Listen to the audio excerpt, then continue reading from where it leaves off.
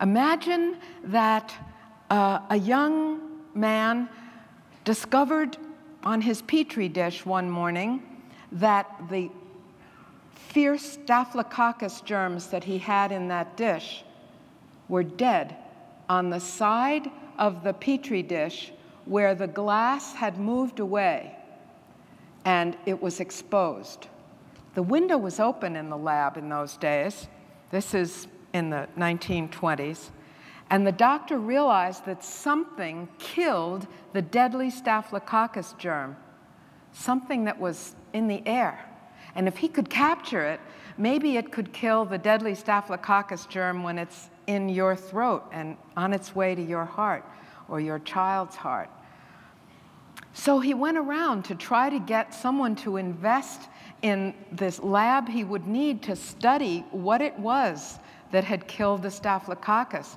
And you know, regular investors said, no way, whatever it is, if it killed staphylococcus, if you eat it, it'll kill you. Well, they didn't understand differential toxicity in those days. And he went to his government, and his government said the same thing. We can't waste tax money on that crazy idea.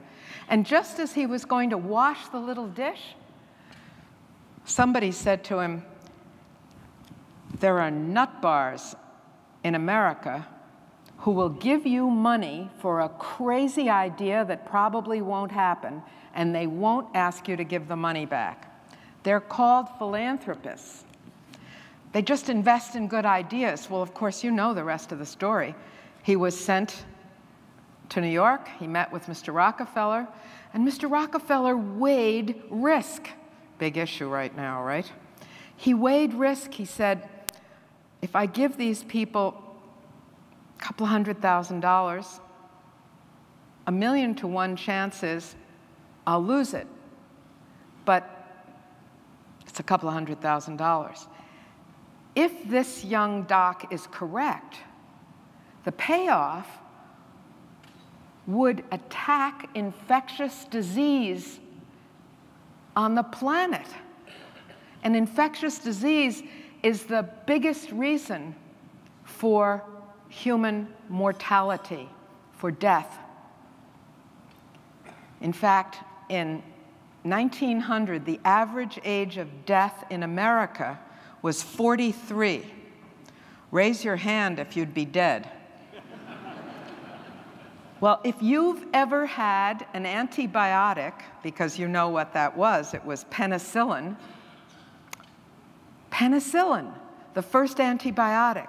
And Pfizer had a fast fermentation process as a chemical company. There weren't any pharmaceuticals then. As a chemical company, and Pfizer was asked to use its fast fermentation process to make lots and lots of these penicillin bugs.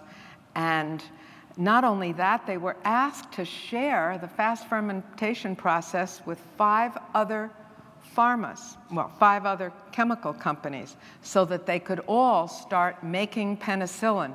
You see, it seemed, by this time it was the mid-30s, it seemed like we might be involved in an ugly war, and that if soldiers could go overseas and their platoon had penicillin with them, when they were wounded, they could be given penicillin immediately to stop infection, which is the major reason that soldiers died in those days from the consequent infection.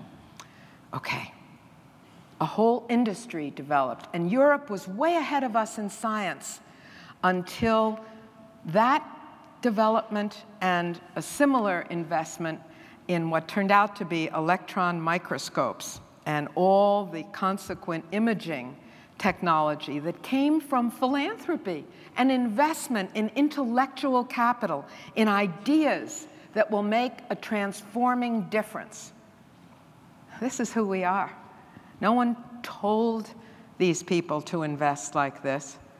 They freely chose to do it because they created from their own perspective a view of how the future ought to be.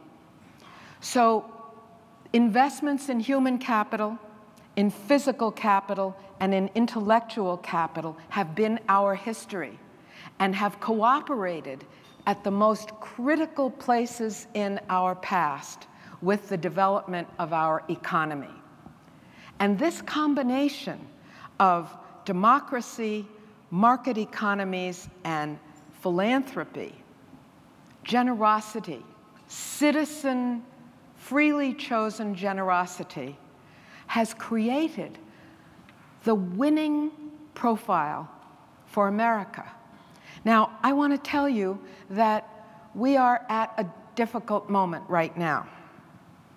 You may be seeing on your doorsteps, coming from some of your valued friends in the legislature, bills that will suggest that philanthropy ought to be constrained.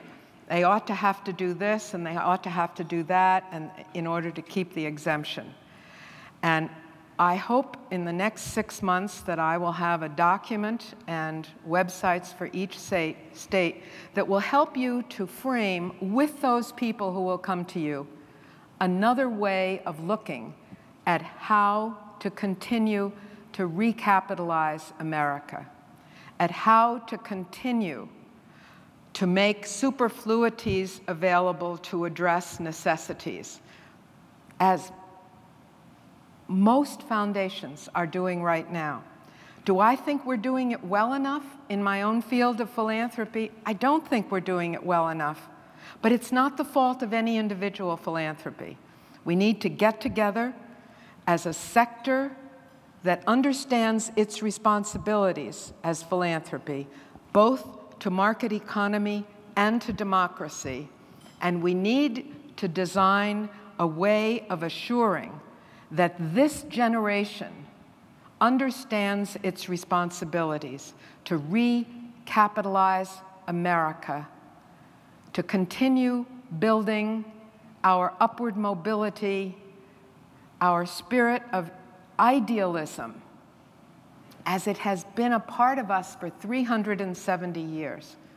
We need to get down to the kind of business my daddy would want us to do, and to be ready to do all the work together. Because fundamentally, my friends, those words in the Declaration are really an assignment pad. I don't know how many of you know the last words of the Declaration of Independence, but after those splendid commitments made, it says, in order to produce this nation, we pledge each other our lives, our fortunes, and our sacred honor.